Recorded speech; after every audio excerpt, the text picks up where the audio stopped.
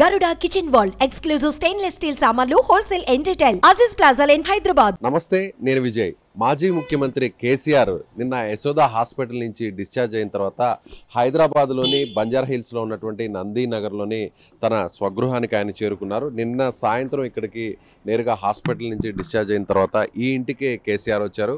KCR form హౌస్కు వెళ్ళకముందు, అంటే ముఖ్యమంత్రి కాకముందు అంతా కూడా ఆయన ఇక్కడి నుంచే తన కార్యకలాపాలన్నింటినీ కూడా నిర్వహించారు. ముఖ్యంగా ఉద్యమ సమయంలో, తెలంగాణ ఉద్యమం ఉవ్వెత్తున లేగిసినటువంటి అలాంటి సమయంలో అంతా కూడా కేసీఆర్ ఈ ఇంటి నుంచే కార్యకలాపాలను, రాజకీయాలంతా కూడా నడిపినటువంటి పరిస్థితి. ఎంతోమంది నాయకులందరూ కూడా కేసీఆర్ను ఈ ఇంటి నుంచే కలిసి ఇక్కడి నుంచే కూడా ఉద్యమానికి సంబంధించినటువంటి అనేక దిశానిర్దేశాలు చేశారు.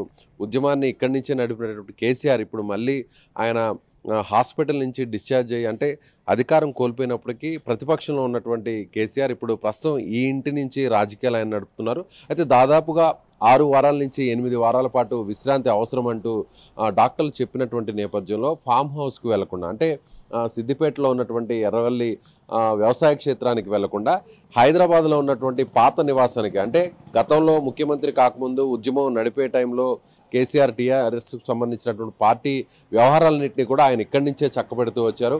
అదేవిధంగా అంటే మనం చూడవచ్చు, అక్కడ ప్రస్తుతం అక్కడ ఫస్ట్ ఫ్లోర్లో ఉన్నటువంటి ఆ ప్రాంతంలోనే గతంలో కేసీఆర్, అంటే కాంగ్రెస్ ప్రభుత్వం అధికారంలో కేంద్రంలో ఉన్న టైంలో యూపీఏ ప్రభుత్వం తెలంగాణకు సంబంధించినటువంటి ప్రకటన చేసిన తర్వాత ఆయన ప్రస్తుతం ఈ నివాసంలోనే అప్పుడు ఉండేవారు. ఆ టైంలో ప్రకటన వచ్చిన తర్వాత ఇక్కడి నుంచే కేసీఆర్ అభివాదం కూడా చేసినటువంటి పరిస్థితి. అంటే తెలంగాణ ప్రకటన చేసిన తర్వాత కేంద్ర ప్రభుత్వం ఆయన ఇక్కడి నుంచే అభివాదం చేస్తూ కూడా కార్యకర్తలకంతా కూడా ఆయన తన ఆనందాన్ని కూడా తెలియజేసినటువంటి పరిస్థితి. సో ఎంతో కీలకమైనటువంటి రాజకీయ భవిష్యత్తుని ఇచ్చిందంతా కూడా ఈ ఇంటి నుంచే కేసీఆర్కి ఇచ్చిందని చెప్పుకోవచ్చు. కాబట్టి ఇప్పుడు ఆయన రాబోయేటువంటి 5 ఏళ్ల పాటు అదేవిధంగా పార్టీని ఏ విధంగా ముందుకు తీసుకువెళ్ళాలి, తిరిగి పార్టీని ఏ విధంగా అధికారంలోకి తీసుకురావాలి, అదేవిధంగా రాబోయేటువంటి లోక్సభ ఎన్నికల్లో కూడా ఏ విధంగా పార్టీ మెజారిటీ స్థానాల్లో గెలవాలి అనే దాని మీద కూడా ఆయన ఇక్కడి నుంచే పార్టీకి సంబంధించినటువంటి నాయకులంతా కూడా దిశానిర్దేశం చేసేటువంటి పరిస్థితి. అదేవిధంగా కేసీఆర్తో పాటుగా ముఖ్యంగా ఆయన కుమారుడు కేటీఆర్, మాజీ మంత్రి కేటీఆర్ కూడా ఈ నివాసం నుంచి ఆయన రాజకీయాల్లోకి వచ్చారు.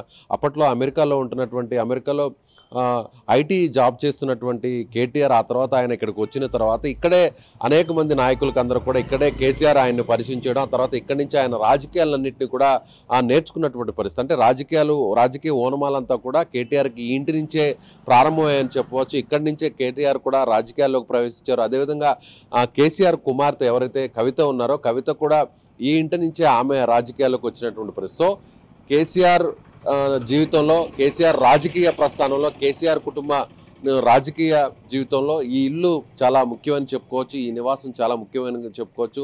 ఒక రకంగా చెప్పాలంటే సెంటిమెంట్ అని కూడా చెప్పుకోవచ్చు. అంటే ఉద్యమాన్ని నడిపే టైంలో కావచ్చు, లేదంటే కష్టకాలంలో కావచ్చు, చాలా కీలకమైనటువంటి నిర్ణయాలన్నీ కూడా ఈ ఇంటి నుంచే తీసుకుంటున్నటువంటి పరిస్థితి. సో ఈసారి కూడా అంటే అధికారాన్ని కోల్పోయిన బీఆర్ఎస్ పార్టీ ఇప్పుడు తిరిగి లోక్సభ ఎన్నికల్లో ఎక్కువ స్థానాల్లో గెలుపొందడం కావచ్చు, అదేవిధంగా రాబోయేటువంటి రోజుల్లో కూడా పార్టీని ఏ విధంగా బలోపేతం చేయాలి, కార్యకర్తలను ఏ విధంగా ఉత్తేజపరిచి నాయకులందరూ కూడా ఒక భరోసా ఇవ్వాల్సినటువంటి పరిస్థితి అయితే ఖచ్చితంగా ఉంది. ఇప్పటికే బీఆర్ఎస్ పార్టీకి సంబంధించినటువంటి లెజిస్లేటివ్ లీడర్గా ఎన్నుకోబడినటువంటి కేసీఆర్ రాబోయేటువంటి రోజుల్లో పార్టీని ఏ విధంగా ప్రతిపక్ష హోదాలో ఆయన ముందుకు నడిపించాలనేది కూడా చాలా ముందున్నటువంటి ఒక మెయిన్ టాస్క్ అని చెప్పాలి. సో అలాంటి టాస్క్ పార్టీని తిరిగి అధికారంలోకి తీసుకురావడం కోసం ఆయన ఇక్కడి నుంచే రాజకీయాలు నడపబోతున్నారు.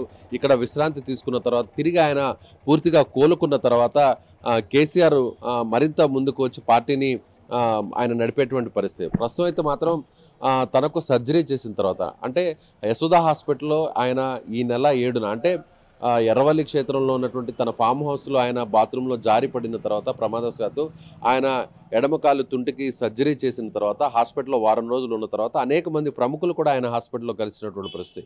ముఖ్యమంత్రి రేవంత్ రెడ్డి కావచ్చు, అదేవిధంగా మరికొంతమంది ప్రముఖులు, రాజకీయ నాయకులు వీరందరూ కూడా వెళ్ళి నేరుగా ఆయనకు కలిసి పరామర్శించినటువంటి పరిస్థితి. ఆ తర్వాత వారం రోజులు ట్రీట్మెంట్ తీసుకున్న తర్వాత వైద్యులు అందుబాటులో ఉండాలి, దూర ప్రాంతం ప్రయాణం చేయకూడదు అనేటువంటి సూచన చేయడం, అదేవిధంగా ఇప్పుడు పార్టీ కూడా గతంలో తనకు కలిసి వచ్చి సెంటిమెంట్గా, అంటే కష్టకాలంలో పార్టీని ముందుకు తీసుకెళ్లడం కావచ్చు, ఉద్యమ సమయంలో పార్టీని ముందుకు తీసుకొచ్చి తెలంగాణ సాధించడంలో కావచ్చు, అలాంటి ఎంతో కీలకమైనటువంటి పాత్రలు నిర్వహించినటువంటి గతంలో ఈ ఇంటి నుంచి ఆయన తన ప్రస్థానాన్ని అంతా కూడా ముందుకు తీసుకువెళ్లారు. తన కార్యకలాపాలన్నిటి కూడా, తన యాక్టివిటీస్ అన్నీ కూడా ఇక్కడి నుంచే పొలిటికల్ యాక్టివిటీస్ నడిపారు. కాబట్టి ఇప్పుడు కూడా దాదాపుగా 9.5 సంవత్సరం తర్వాత, అంటే కేసీఆర్ 9.5 సంవత్సరం తర్వాత తిరిగి ఈ నందీనగర్లో ఉన్నటువంటి, అంటే బంజారా హిల్స్లో ఉన్నటువంటి ఈ తన సొంత నివాసానికి చేరుకోవడం జరిగింది. ఇక్కడే కేసీఆర్తో పాటు కేటీఆర్ కూడా ఉంటున్నారు. కేటీఆర్ కుటుంబ సభ్యులు, కేసీఆర్ కుటుంబ సభ్యులు అందరూ కూడా ఇక్కడ ఉంటున్నారు. అదేవిధంగా